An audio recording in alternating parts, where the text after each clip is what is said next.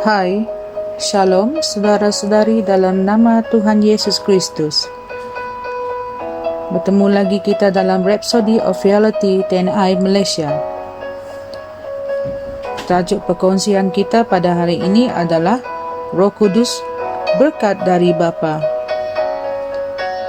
Ayat kunci kita pada hari ini iaitu Kisah Para Rasul 5 ayat 32. Dan kami adalah para saksinya dalam semua perkara ini, dan juga Roh Kudus yang dikaruniakan oleh Allah kepada orang yang mentaatinya.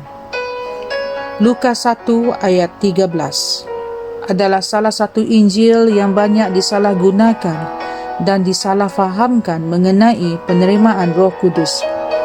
Di situ Yesus berfirman, "Jadi jika kamu yang jahat tahu memberi pemberian yang baik kepada anak-anakmu, apatah lagi Bapamu yang di surga yang akan memberikan Roh Kudus kepada mereka yang meminta kepadanya."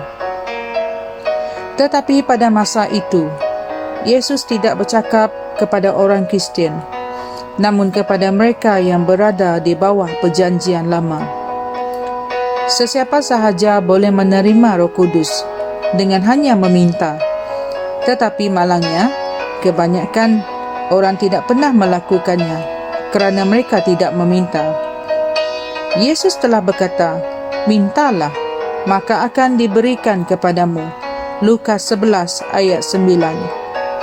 Namun, setelah perjanjian baru berkuat kuasa, sejak dari hari kebangkitan Yesus Kristus, firman tidak pernah memberitahu sesiapa pun untuk meminta Roh Kudus.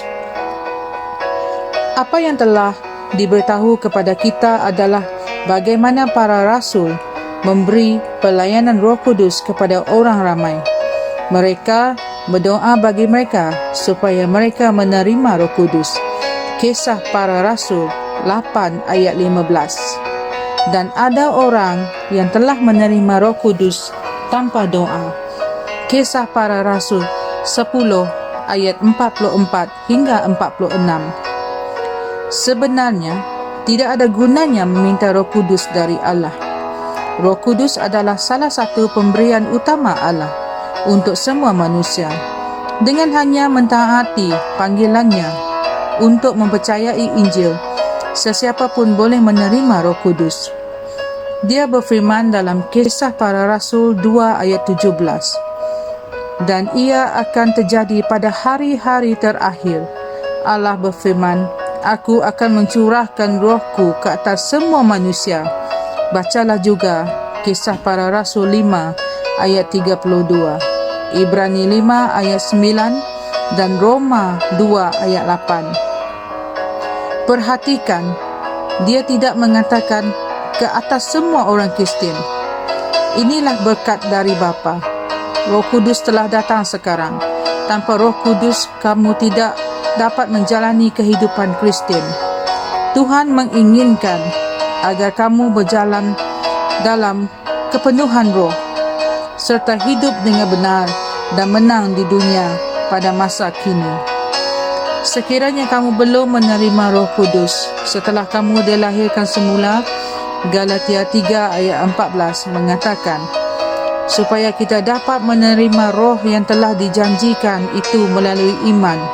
Kamu hanya perlu berkata, "Dalam nama Yesus Kristus, aku membuka hatiku sekarang dan aku menerima Roh Kudus." Dan kemudian dengan iman, terimalah Roh Kudus sebagaimana kamu telah menerima Kristus. Sambil kamu mengucapkan terima kasih kepadanya, bahkan sekarang kamu mungkin sedang dipenuhi dengan roh, dengan bercakap dalam bahasa roh atau bernubuat. Maha mulia Tuhan. Mari kita sama-sama membuat pengakuan. Aku menjalani kehidupan yang cemerlang dan luar biasa kerana aku dipenuhi dengan Roh Kudus yang memimpin aku dan membimbing langkah-langkahku dalam kemenangan, kemuliaan, penguasaan dan kekuasaan. Dia memberkati dunia melalui diriku. Kerana Dia telah menjadikan aku pemberi kehidupan dan mata air berkat. Terpujilah Tuhan.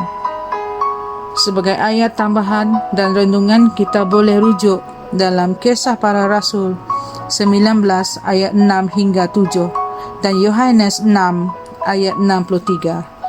Tuhan memberkati. Kami percaya saudara-saudari semua telah diberkati dengan perkongsian firman dari Rhapsody Reality. Bagi sesiapa yang ingin menjadikan Yesus Kristus sebagai Tuhan dalam kehidupanmu, kamu boleh mengucapkan doa ini bersama dengan saya. Ya Tuhan Allah, aku mempercayai Yesus Kristus, Anak Allah yang hidup dengan sepenuh hatiku. Aku percaya Dia telah mati untukku dan Allah telah membangkitkan Dia dari kematian. Aku percaya Dia hidup hari ini.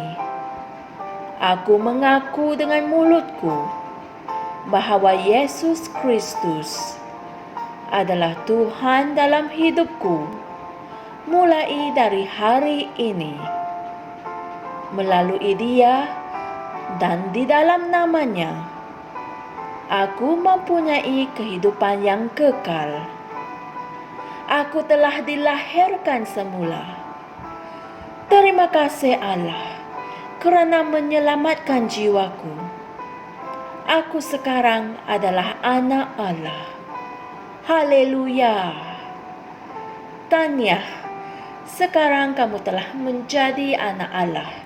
Untuk apa-apa sebarang pertanyaan atau untuk mendapatkan lebih banyak maklumat mengenai bagaimana untuk bertumbuh sebagai seorang Kristian, anda semua boleh hantar mesej di akaun Facebook kami atau email kami di tni.msia@gmail.com. Sekali lagi, tni.msia@gmail.com. Tuhan berkati Anda semua.